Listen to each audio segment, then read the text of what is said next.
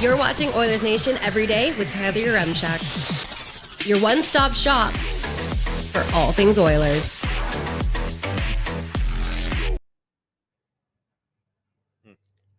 Oh, Jesus.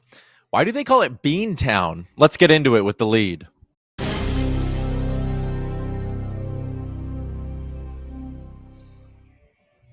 Welcome into Oilers Nation every day, live from Beantown, Boston, Massachusetts. I'm Tyler Yaremchuk. The Sports Closet Studio is once again on the road. This time, the show is happening at beautiful Banner's Kitchen and Bar. Right next to me, like I'm talking 30 feet away from me, is the entrance to the TD Garden, where on Thursday, it will be Canada versus USA for the Four Nations title, Four Nations championship, something like that. McDoust, is that a chocolate martini? No, just plain old chocolate milk. And on that note, I need to tell you that the show is brought to you by our friends over at Bet365. Download the app today. Use the promo code NATION. Whatever the moment, it's never ordinary at Bet365. As I bring in my friend Liam. Liam, what do you think of me just having a little chocolate milk on the show? Chug, chug, chug, chug, chug. No, I can't do that. I looked up why is it called Beantown. It's supposed to be one of those things you need to find the answer to without Googling. Oh, well, I Googled it. Okay, why? Kind of weird. It says a giant crocks of baked beans on Saturday, which were kept warm in the hearth throughout the weekend. I'm going to be honest. Did you mess up reading that? It made no sense. Probably. There's a lot of words in there I haven't seen before, to be honest. That's from fair. BostonMagazine.com, if anyone wants to find out for themselves. Hey, we're always big on doing your own research, so don't rely on us. Well, do you know the weird thing about it is, doesn't Chicago isn't there a big thing called the Bean? What's that thing? They have a giant metallic bean. That is correct. You would think that would be Bean Town. Maybe Boston has the Wind. Maybe that could be the new Windy City. Dude, the wind yesterday was absolutely insane. Like I've never felt wind like that. Pat blew away at one point, went 2 streets over. Well, that's not surprising. He's a wee lad. He's webbed. Webbed free. No, okay. All right. We're dialing it in. Louis DeBrusk is going to be on the show today, so at least there's an ounce of seriousness to this program. I'm excited to chat with him about the Four Nations Faceoff and all of that stuff. Rusty's in the chat. The USA must be obsessed with the beans. The bean is closed right now. God knows why. Boston baked beans are unbelievable from Hurt and Albertan. So is that it? It's just the beans here are good? That feels like such a dumb nickname to have. Well, if you want a good tub of baked beans, you got to go across the sea to my homeland of England. Heinz baked beans are like nothing you've ever tasted before. They're like different. The brand Heinz? Yeah, but it's a different kind of baked beans than you would have here. I don't know the difference, but there is a difference. Trust me, I've ate them both. If we could ever get a company to sponsor it, I would love to do a summer content series where it's just you taking me to England and all the stuff we could do. Do you know the one I would love to do? That would be awesome. A good summer in England. And we talked about this, but we just take the show on the road and see all those like random massive things in Alberta, like the giant mallard duck, the giant sausage in Mundare. Yeah, Vegreville is a pierogi. Andrew is the mallard. The UFO pad. No, Vegreville's the Pasenka egg. What's the pierogi? I don't know where the pierogi is. But St. Paul is the UFO pad. That would be cool to do a show from. Yep. Live long and prosper, brother. All right, Liam, let's talk about the hockey because I'm sure that's what people are here to hear us speak about. Let's kick it off. Four Nations Talk brought to you by our friends over at Service Credit Union. The Service Big Share Contest is back and it's better than ever, and it's your chance to win $1 million just by saving money. Every $500 you save gets you $5 gets you 5 entries, I should say, into the Service Big Share Contest. The contest closes April 30th, 2025. Skill test required. For rules, visit service.ca/win. Liam, Quinn Hughes is added to the U.S. roster. can't be around the team, can't look any of his teammates in the eyes, can't play unless there's another player who bows out. But we're not sure if a forward bows out, if Quinn Hughes can play, or if it has to be a defenseman. The point is, this is all very confusing, but there's a chance Quinn Hughes ends up playing in this tournament, which is crazy. So it is crazy. I get it. Like, obviously, if something happens, they need someone there. Otherwise, they're playing with 5 defensemen in a final. So that seems fair that they can call him up to bring him around. He can't play technically. But the other part of this, which seems to be just like forgotten about, is Quinn Hughes was on this team and said he couldn't play due to injury. Why was he not just on the team and miss like a game or two and then just play the final 2 games in the second week if he was capable of playing this final? Exactly what I was thinking. Like, the fact, like, if Quinn Hughes felt like there was a chance he could be ready to go by the final, and especially this goes back to the NHL just not defining their rules, because the US maybe does go about this differently, but like Canada was allowed to replace Cale Makar with Thomas Harley and then flip him back and put Cale Makar in the lineup. So knowing that now, if you're Team USA, how pissed are you that you just didn't keep Quinn Hughes and then before game 1 go, he's not healthy enough to play, he's out, we've added Jake Sanderson, and then going into this game tonight, you could have still had Quinn Hughes in the lineup. Like, it's a bizarre turn of events here. It makes no sense, and it just, again, roots back to the NHL having dumb rules surrounding their injuries, which we'll talk more about in a little bit here, and like some things we'd change, but like, this is, the NHL just dropped the ball in a very unnecessary fashion. Yeah, and the other part of it too is now Thomas Harley is just on the team. Like, he's allowed to play in this game tomorrow on Thursday if they want him to, because he's technically active. So like you said, like, they could have just played Jake Sanderson for that one game if they needed to, and then they could have had 8 defensemen too. It's a really weird turn of events. If I'm trying to look at it from a neutral perspective, having Quinn Hughes in this game and also Cale Makar back would be awesome, just for like a pure like entertainment value. But like, for a final, like for Canada, like I don't they probably don't care that much, because obviously they're an incredibly talented team too, and you just gotta play what's ever in front of you. But it's just like, hey, like, we replaced Cale Makar with Thomas Harley. You're replacing Charlie McAvoy, who's a great player too, with probably the Norris winner this season. It seems a bit weird. Yeah, and again, Rusty says it, like, the NHL not clarifying the rules is idiotic, and I'm with you. Brian says, just let Hughes play, don't complicate it. And there's a part of me that leans that way as well. Like, what are we doing here? If he's coming to Boston, let him play. And if you're Team USA, again, just say someone's sick. Who cares? Like, just make it work. Get this guy in the lineup. I know Cale Makar was actually very, very sick. Like, that wasn't the conspiracy that we kind of laughed about on the first day, but like, again, if you're Team USA, you got to find a way to get Quinn Hughes in this lineup. However you need to finagle it. As a Canadian, I'm hoping he doesn't play, obviously. And someone says, Hughes doesn't play the same way that McAvoy does. That's from OJ in the YouTube chat. And I get what you're saying. But again, he's going to win the Norris. He has actually a case to be a Hart Trophy finalist this year as a defenseman. Adding Quinn Hughes back into the lineup would be a game changer. The good news for Canada is that it was basically a 1-goal game before. And even if you were to sit there and go, kind of the point you made, they're going McAvoy to Hughes. That's a jump, but it's not like this big of a jump. For podcast listeners, my hands are about 2 feet apart. It's more about this big of a jump, right? My hands are about 3 inches apart. For Canada, going from Harley to Makar is a massive game changer. Hands 2 feet apart. Yeah, it is. And the other thing about this change that says something about the lineup is Matthew Tkachuk's probably played in his final.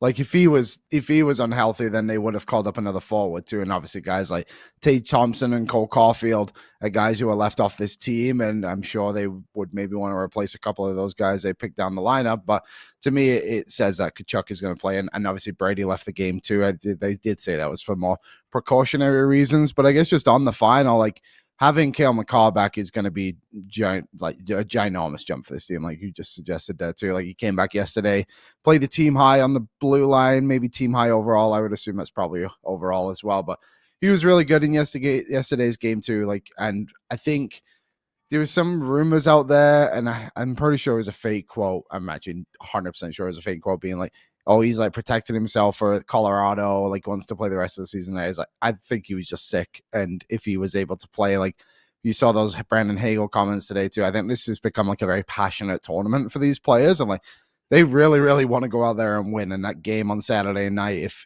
didn't give you any other indication otherwise, and I don't think you really watched the game properly, because that was amazing. to be honest. Amazing game. Well, let me get your reaction. So, like, the energy inside the Bell Center it was absolutely bonkers, Liam. Like, we obviously haven't had an episode of this show since Saturday night, but like going into it, it felt very tense. Sitting in that arena in the press box as the crowd was doing the Olay thing before the game and they were just zooming in on different players. That was crazy, man. Like, that's stuff I will never, ever forget. And I was in the building when Florida won the Stanley Cup in Game 7.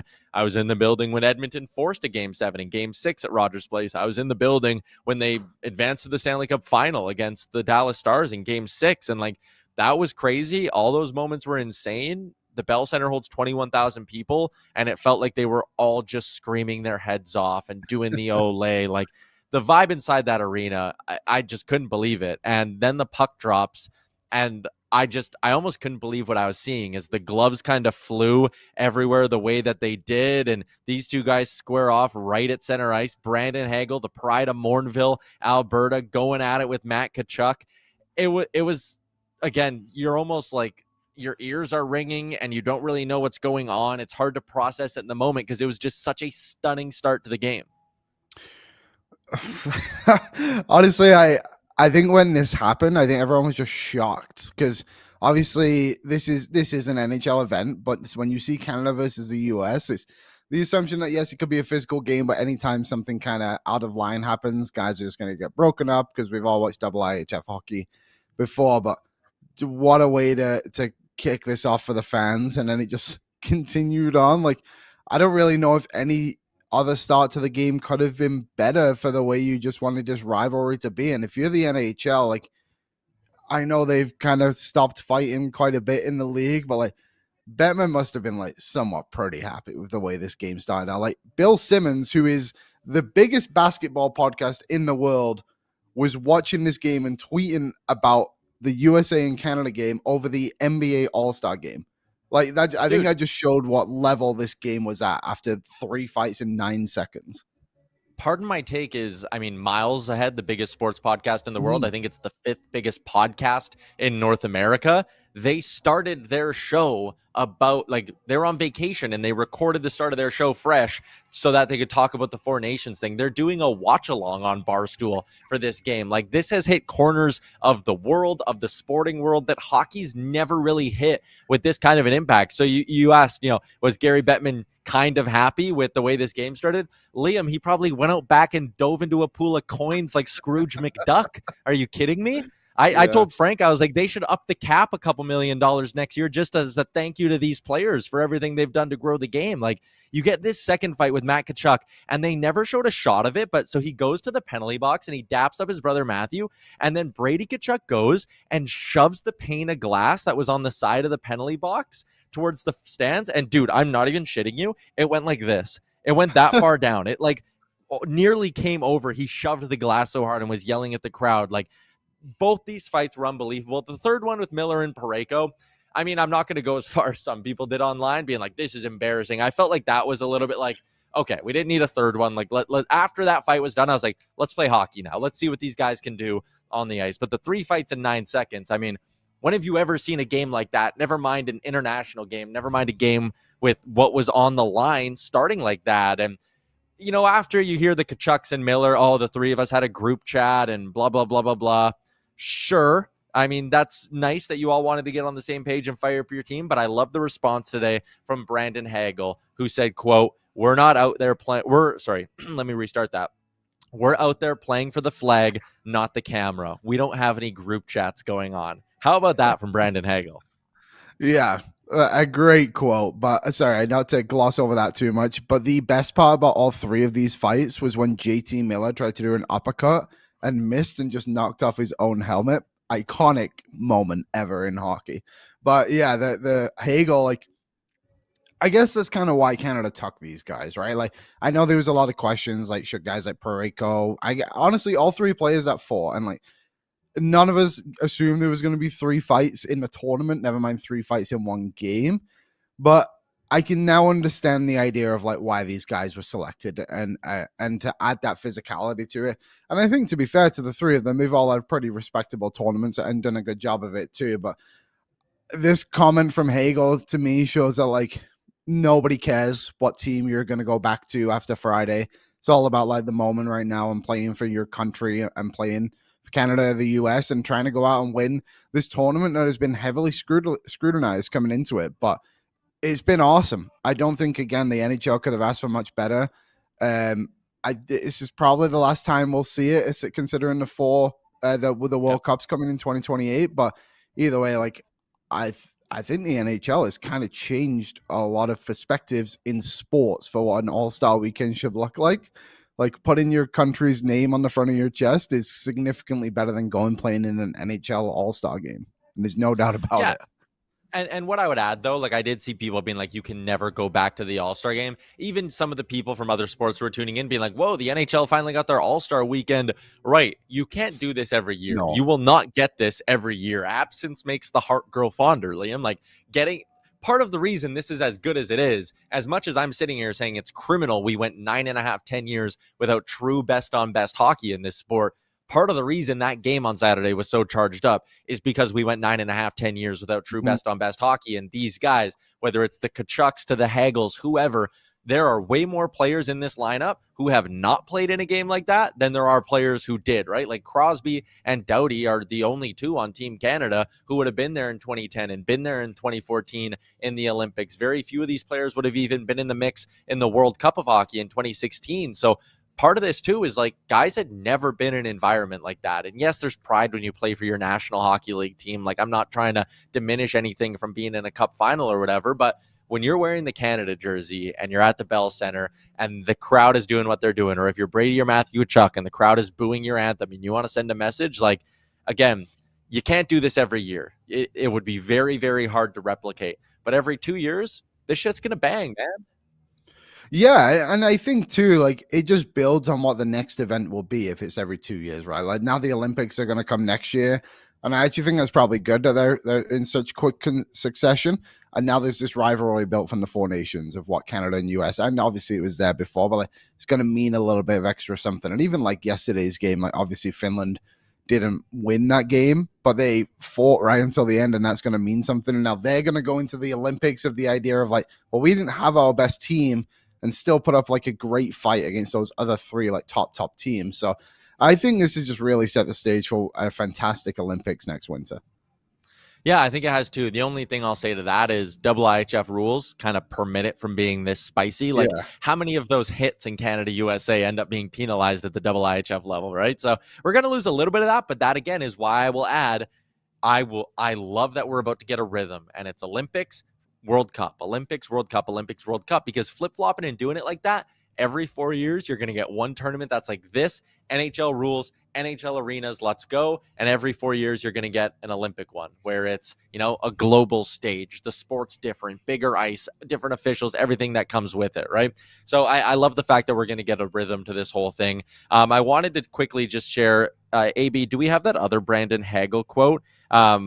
He was laying in bed. This is from Chris Johnson. I was laying by myself in bed the night before the first game, and I said, if this is going to be like an all-star type of thing, then I'm going to be so out of place because I'm putting my head through a wall tomorrow. That was my mentality. There is not one player in this tournament who did the too cool to try thing. Like every guy went in here, and I'm telling you from like being at media day and speaking to the players and hearing it from them directly, like there was no lip service here. They have all had this kind of a mentality since day one. And like, again, the players deserve so much credit for buying in, and the league deserves a lot of credit for doing this. Like it's been basically an A+ event from the get-go.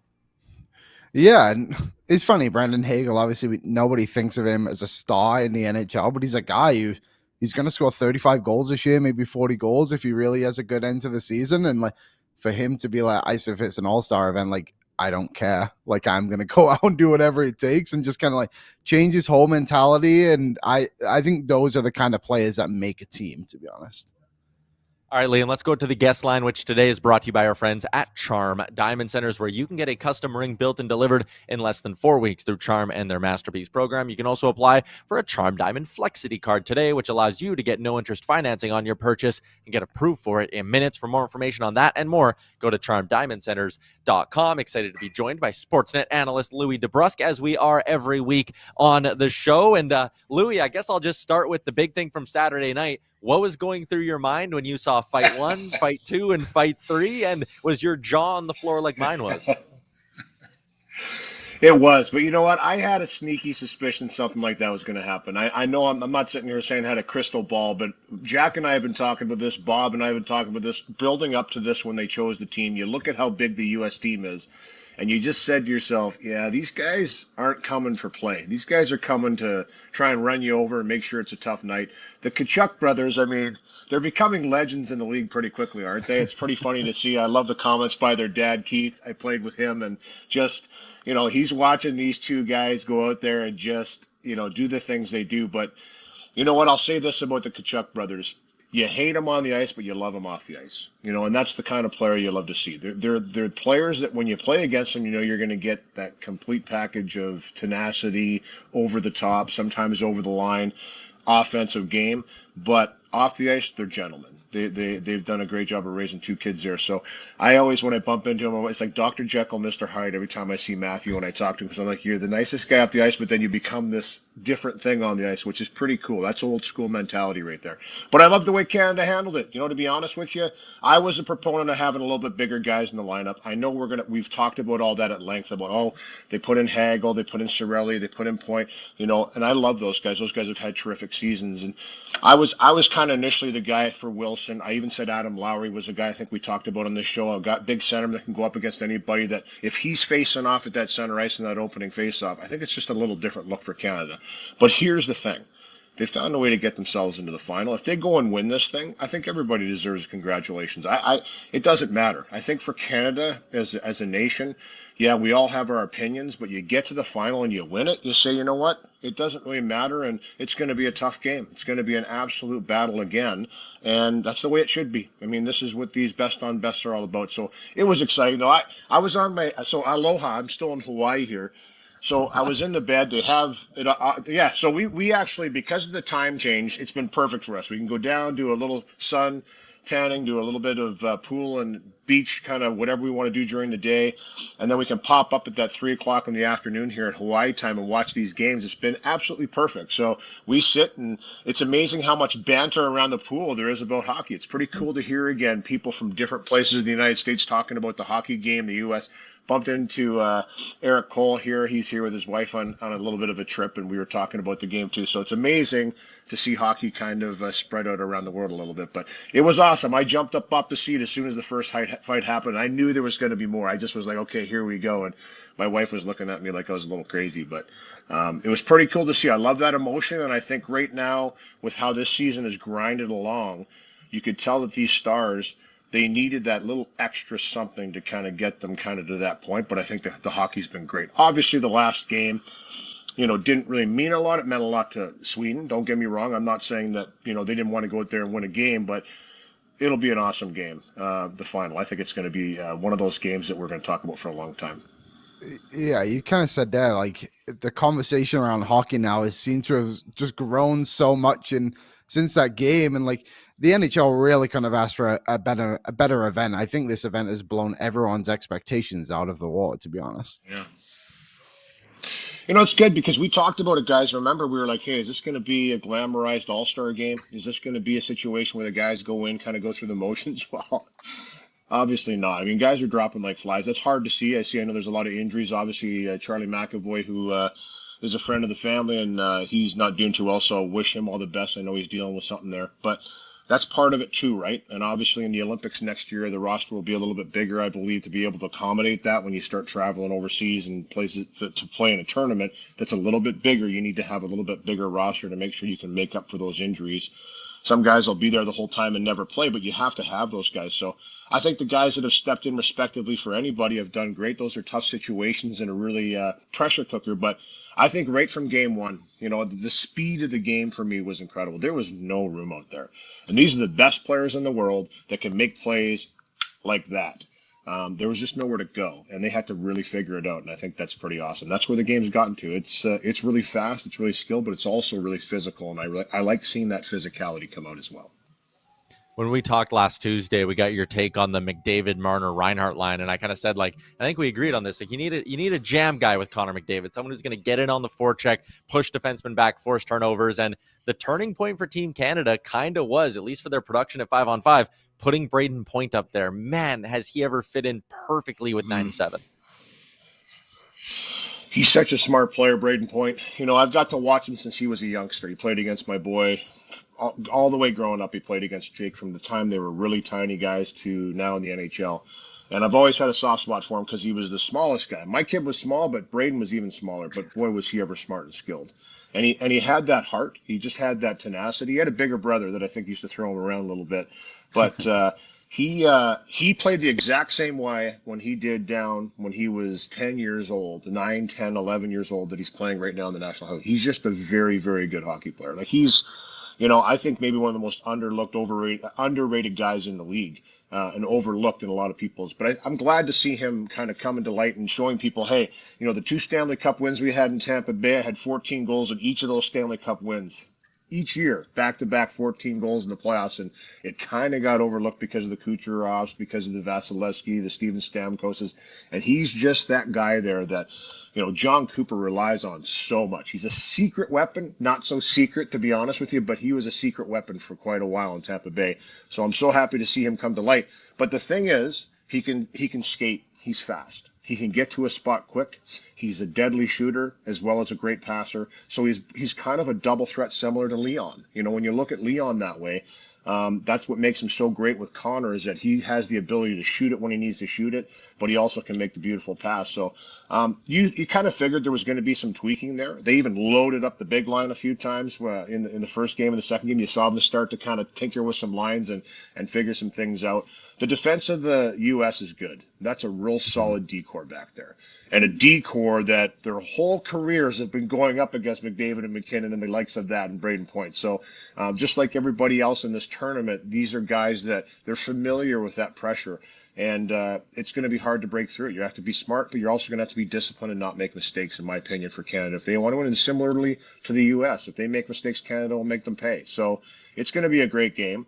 But I'm glad to see Braden Point doing some work out there and getting that love because he deserves it. He's a really good human, but he's a great hockey player. And you know what? To see him get that chance up there, I just love that smile when he scored the goal too. He kind of brought the backhand, tucked it home, and you could just tell he's like, okay, let's go here. But he can be up and down your lineup, which I think. Sorry, keep rolling on here. A guy like that, I think, is what they were looking for in the tournament.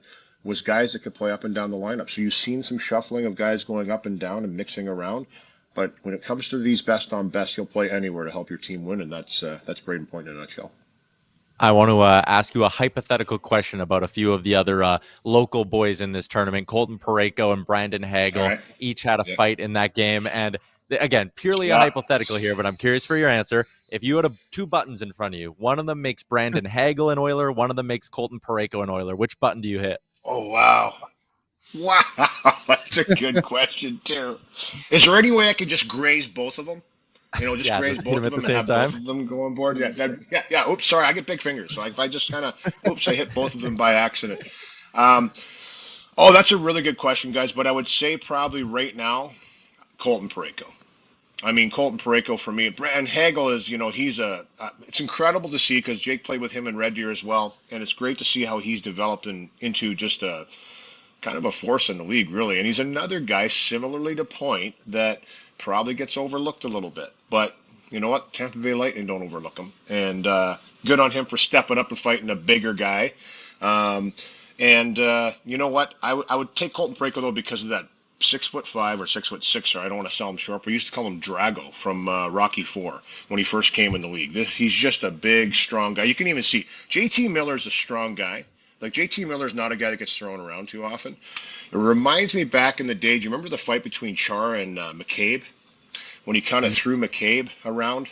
And everybody was like, wow, McCabe's not like He's not a small guy. Like, he kind of got chucked around there.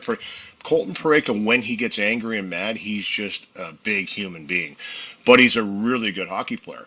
Faster than you think he is. Got 6'6". He can play a physical role. He's just a really good defender. And I think for Edmonton right now to have that presence on the right side, along with Ekholm and Nurse on the left side, you've got Bouchard, who obviously is the offensive guy that you can put into that top power play position. And he's working on his 5-on game, and he's 5-5-on-5. But I think it would really balance it out. I really do. And especially that size. I just think 6'6", a guy that's won a Stanley Cup in 2019 with St. Louis, that's the guy I'm picking. That was a long-winded answer because I like both guys. But I would pick Parayko. A conversation about this Canada team, not to throw a dampener on this very positive conversation because the tournament's been so good, but like Jordan Binnington, obviously someone people were a little bit unsure of. Do you think they should have gone with Aiden Hill in one of those round robin games just to see what you have? Because now you're in a spot where you have to obviously play Binnington on Thursday. 100%. And I think the philosophy there, if I had to guess, I haven't really listened to a lot of the post-game press conferences, and I'm sure Cooper, who's been around for a long time, the longest tenured coach in the league, I would say they made a commitment to play Binnington no matter what happens. He's gotten them to the final. There have been some iffy goals. But the one thing about Binnington is, and unfortunately I saw this in 2019 against the Boston Bruins, in the big games when it mattered, he showed up. When it was on the line is when he played his best. He would have some bad, terrible games in that playoffs in 2019 where we were like, score 5-6 by him. But then the next game he'd come back and you wouldn't get a BB by him. I don't know if he's found that form necessarily yet in the tournament. What I'm saying is he has the ability, and he's done it, where he can reel it in. So that would be the only reason why I think that they've gone with him, and they haven't given Hill a chance. I thought maybe Hill deserved a chance in Game 3. That was just me. And obviously a lot of other people did too, but this is Team Canada, and Team Canada makes a decision the way they want to go. That's the way they want to go. The problem is if you do go to Hill and it doesn't work, it's like, now we've kind of, I think, broken up the confidence of two goaltenders here. And now you're going to have to put one of them in a real tough situation, which is what they do. These guys are used to this, don't get me wrong. So there's a lot more to it in the thinking process of this than I think we even consider. But that's the guy they wanted to go to. That was their starting goaltender. That was who they named as their starter, and that's who they're going with in a 4-game tournament, and they're going to get the 4th game. So, you know what? This is what it is now. And again, if they go in there and win it, if they lose it, obviously we're going to have discussions and we're going to beat this up and we're going to say this and that. But if they win it, what can you really say? It's like, hey, they picked a team that went out there and got the job done. And I think that's all that Canada really wants.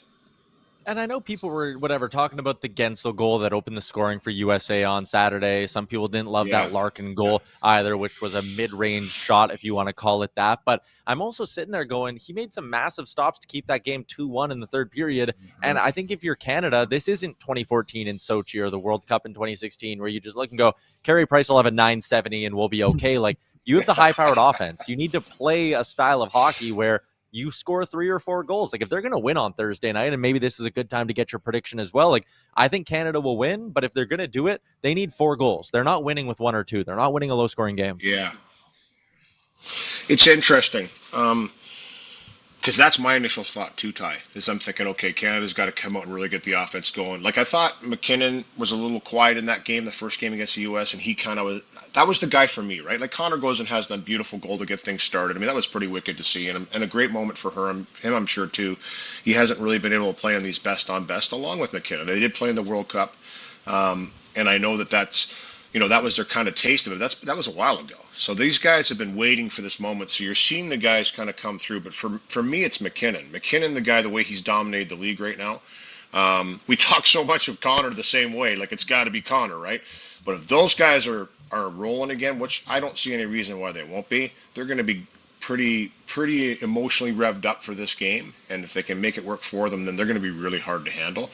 Also, the U.S. is getting a little banged up here. They've got some guys out. McAvoy's been ruled out already. That's a huge miss. I know they're thinking Quinn Hughes is coming. I think one more player has to be out before Quinn can play. Those are tough, in the middle of a tournament for guys to come in and try and find their way in a game that's even that much faster. I'm predicting Canada. Obviously, I have to pick Canada. I'm Canadian. It's going to be a hard-fought game. But along your same lines, Ty, I thought, okay, they got to come out and win the offensive game. I think they got to play a little bit better defensively. I think they have to, if they get the lead again. Um, we saw the Swedes come back on them. We saw, Finland come back on them. I think they need to. I think they need to buckle things down a little better. I think they just need to, once they get that lead, they have to be committed to making good decisions, taking hits to make plays, getting pucks out.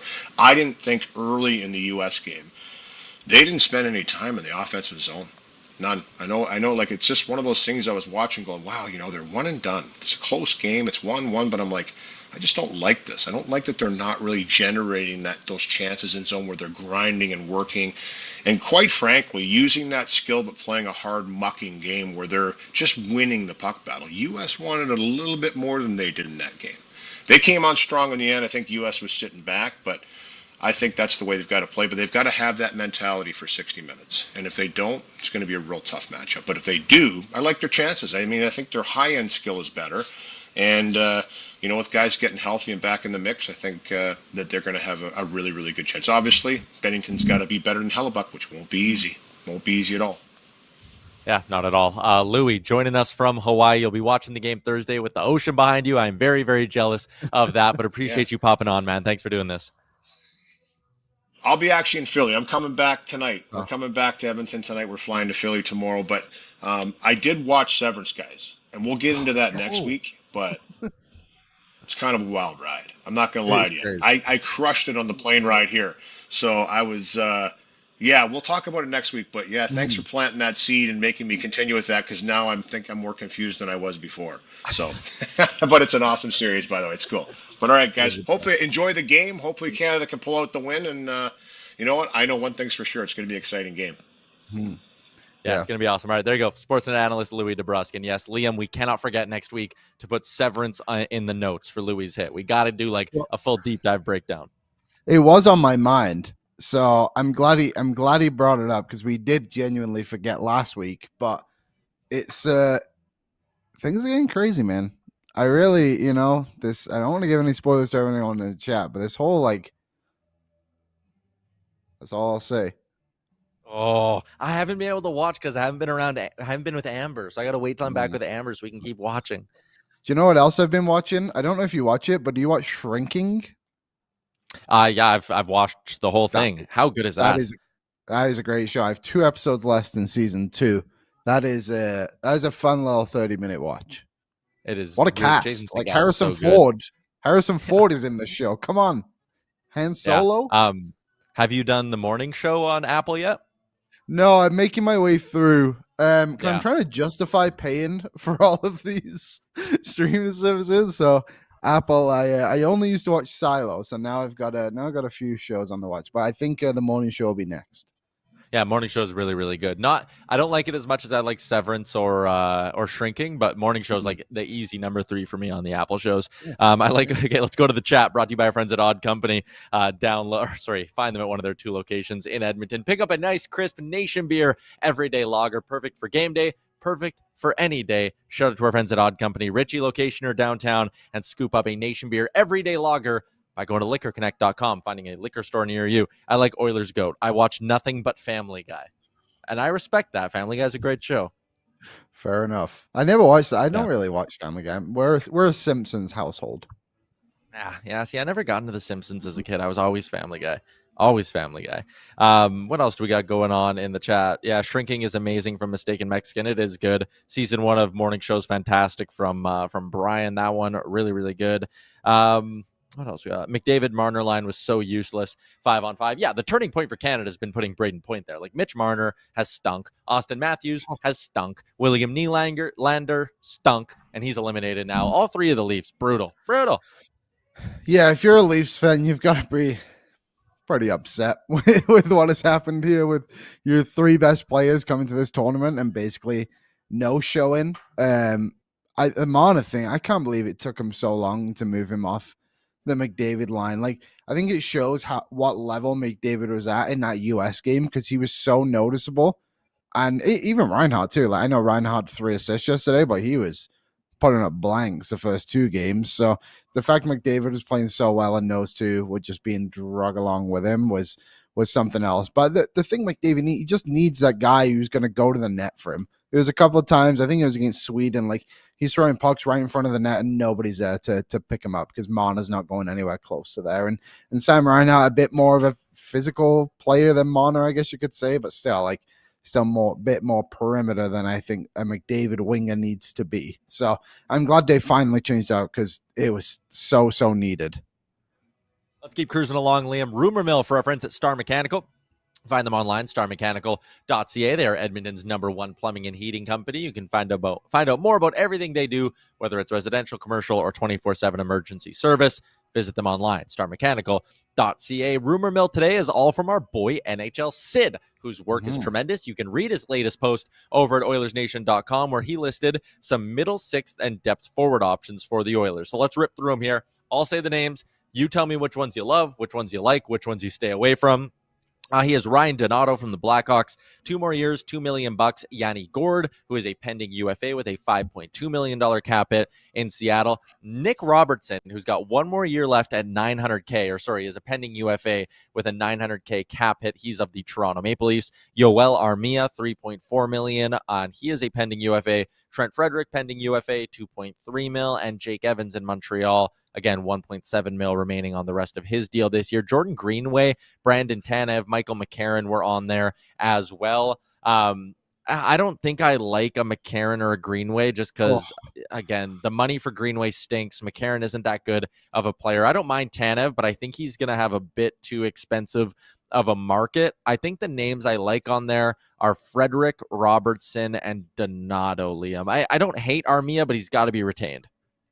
Yeah, Armia is a good one, I think. I like what Sid wrote about just like there's a little bit of penalty killing too, like actually a really good penalty killer, and I think that's something that could benefit the Oilers. They got to avoid these guys who expect power play time. Like the second power play unit doesn't need help, you know what I mean? Like Jeff Skinner and whoever else, Adam Henrique, whoever else is on there, like they don't need any more assistance there. So I like Armia. I like Trent Frederick as an option.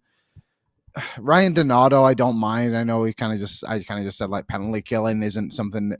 If he's not on the penalty kill, it's not something they need. But for his cap hit, he's a pretty good value. He talks about Jordan Greenway quite a bit as being like a decent option for the Oilers, but I think just the money isn't something that's very helpful for them. Yanni Gourde, I don't know if I would go anywhere near, to be honest. He's a bit too much for my liking. I think they can get maybe even a first round pick for him. Yeah, I think I agree with you on that. I really like Trent Frederick still, and I was actually surprised Sid, who usually comes at this from more of an analytical perspective, he really likes Trent Frederick as well. Let me read this if you want to get excited. Sid says, in my opinion, Frederick is the rare type of player that could satisfy both the analytically minded and old school parts of the Oilers fan base, and I believe it would be wise for Edmonton to target him. We're on the same page as Sid. Let's go. That's got to mean something. Sid is easily the smartest guy, and if he's writing about him, Andy also said Michael McCarron wasn't a good fit, Tyler. I think we're doing pretty well for ourselves. I was very surprised at some of the reactions we got on our Michael McCarron take. So I just want to clarify on that. If Michael McCarron was coming for you, 6th, 5th round pick, sure. You want to add a bit of physicality to your lineup? I'm all in. The 2nd round pick got you Tyler Toffoli last trade deadline. There is no way the Oilers should spend any high-end draft pick asset on Michael McCarron. I couldn't care less what his cap hit is. There's someone else better than him with that same cap hit. I can guarantee it. What was the biggest problem? And you'll see where I'm getting here in a moment, Liam. What was the biggest problem with Derek Ryan on the Edmonton Oilers? What fell off the hardest in his game? Skating. His skating, Liam. He couldn't skate at the NHL level. So I went to our friends at NHL Edge, the league's official tracking website. Top skating speed for Derek Ryan this season in his 33 games, 21.33 miles per hour. Michael McCarron, 21.66. They basically skate the exact same speed. Their high end of speed is the exact same. And you're thinking, well, what if he has more burst? No. Bursts over 20 miles per hour. Derek Ryan had 22 of them in 33 games, so basically 2 every 3 games. Michael McCarron had 38 over 46 games. It's a little bit better, but it's not a lot better. If you're one of those people who says, well, Michael McCarron can really skate, let me stop you. He can't. Yeah, no, he's just not worth it. Like, even other names we said there, like Ryan Donato is probably a 2nd round pick. Go get Yeah. him. Not Yeah. worth it. Like I would just call up Derek Ryan again then if you want someone who can't skate. All right, like exactly. Okay, let's continue along. Liam, we got to do our Sherwood Ford Giant question for our friends at Sherwood Ford, the Giant and Nation Valet Service, which is such a win-win that I'm blown away by it. Every time I talk about it, I almost get irritated that people aren't using this every single day. They drive to your house, they pick up your vehicle, they drive it to the dealership, they do the routine maintenance, they drive your vehicle back with you. And guess what? When you book at SherwoodFord.ca and you say that you want Nation Valet in the comments, when the vehicle gets dropped back off at your house, you got a little Nation swag bag in there. And this month, you're going to get entered to come on a trip with us to Vegas. It's a win-win-win-win-win situation. Check it out, SherwoodFord.ca. Your giant question is this, Liam. What would you change at the 2028 World Cup if you were the NHL? Well, I think there's an absolute layup, isn't there? And it's getting your roster rules in place. That would probably be pretty helpful. The one thing that went somewhat under the radar yesterday, that US Sweden game should have been played first. Like that would be one thing. Like change your the flexibility of your roster. I guess is a good your schedule. I think that's a good way to do it. Like that game meant a lot more if that was game one of the day, not game two. So those are my two big ones. And I don't know. What would you do? I know I wrote down this question, but I was more curious about what you would have to say, and I would feed off that. So what I'll say with you in the USA Sweden game, that like if Sweden takes care of business and beats Finland, then that game being at night's not a problem, and you're not going to have a game at the TD Garden and not put USA in the primetime slot at 8:00, and you can't flex it afterwards because people have bought tickets and the TV networks are committed to it. So that one, like that's hindsight to me. I don't think you can complain about the league from that perspective when it comes to that. To me, like it's the NHL who made the rules so dumb that each team was not allowed to carry 2 extra defensemen and 2 extra forwards. Like what was the downside there? We would have avoided all of this conversation all tournament if every team was just allowed to carry 1 extra forward and 1 extra defenseman, because guys are getting sick, guys are getting hurt. As we saw, USA had to go incredibly shorthanded the other day. To me, the rules should have been very simple. 2 forwards, 2 defensemen, and if someone is out for the tournament, you can replace them. Boom, done. We have none of these problems if this is just laid out simply. I do think for the schedule, I guess wherever it goes for the World Cup, it will likely be in 2 cities. So maybe you can do it. They play at the same time is a possibility. That's something they do at the FIFA and you're World watering Cup. it down. No, I don't think so, because then the games mean a little bit more. Like there's this like craziness of like, oh, this team just scored. Now this team just scored. Like I think from a fan perspective, like this just happened at the last World Cup. I can't remember what it was, but so for the last game of the group stage, the teams play at the same time in different cities, and it was whatever group it was. I think it was a group of Spain. At one point throughout the game, all 4 teams are qualified to go through to the next round, and it just kind of adds a little bit of atmosphere to it. It's not a crucial thing that they would need to change, but I think it's a funner atmosphere for the fans, I guess, if it gets crazy. I think in the select scenarios where it gets crazy, sure. And if it's a 30-some team tournament, you have to. In a small tournament, no. You want all the eyeballs on individual games. The TV partners absolutely don't want to split games up like that. I don't think that's going to happen. So yeah, I think those are the 2 things I would kind of change. Let's keep cruising along though and get to a little what's trending for our friends over at the Edmonton Police Service, who want to remind you to curb the danger. Report an impaired driver by calling 911. If you suspect a fellow driver is impaired by drugs or alcohol, do not hesitate. Call 911 immediately. If it impairs your ability to drive in any way, it's both highly dangerous and illegal. For more information on Curb the Danger, visit edmontonpolice.ca/impaired driving. What's trending, Liam? Well, there's only one thing to talk about. The Jays didn't get Vladimir Guerrero Jr. extended. Liam, you told me you thought it was going to happen. What happened? I know nothing about baseball. That is what happened. I put my belief in the Toronto Blue Jays, which is clearly foolish of me. How Ross Atkins wasn't fired on the spot today in front of all the media is insane. And now, so let me put this out there to what I think has happened. So now Vladdy is essentially saying he will not sign anything throughout the season, but in the off season, things could get done. I mean, like he can obviously still re-sign with them, right? Yeah, and some people were saying this was obviously a negotiating tactic from Vladdy's camp, and maybe the Jays just didn't budge. Because Vladdy said he's going to go to free agency, but then he was asked, "Would you sign a contract mid-season?" And he said if they offered something fair, yeah, he would. So Oh, I don't know. well, Again, maybe before opening day, the Jays cave and give him the money. I kind of said the only way I'm excited for this season is if Vladdy is extended and paid, because again, think of it from rooting for this team in that perspective. If Vladdy starts doing bad, the season is lost, the team isn't going to the playoffs, and you have to trade him. Even if that could bring down his value, you're still screwed. And guess what? If you're Atkins or Shapiro and you don't make the playoffs, you're getting fired. If Vladdy starts playing well, why would he sign an extension mid-season? He's going to go cash in the winter. He's going to get some massive ticket, maybe not Soto money, but maybe he gets $600 million. If he pops 50 home runs in a contract year and you're the Jays, you're going to be sitting there going, shit, we should have just paid him before. And even if you make the playoffs and Vladdy and Bo walk in free agency and you're Atkins and Shapiro, you're fired. The only way you keep your job after this year is if you extend Vladimir Guerrero Jr. So the fact it's not done is ridiculous. It's really sad to think that a year from now he could not be a Blue Jay and could be like a Boston Red Sox. So yeah, today is another shitty day to be a Jays fan. when will it end? Yeah. All right, let's wrap up, Liam, for our friends at Wait, Bet365. One quick thing. Did you see what I put in the sheet, that trending thing? There's one thing I wanted to ask you. So the top over 25 players the last over at Daily Faceoff, they did top 25 players. Pavel Datsyuk was number 20. Does that not feel like somewhat criminally low for you? I feel like at one point he was easily the best player in the league. Like he was right up there with Sid and Ovechkin. Like it was kind of those three. I think to have him 20th with 2 Stanley Cups is kind of nuts. So Crosby 1, Ovi 2. I'm trying to see who the forwards are ahead of them.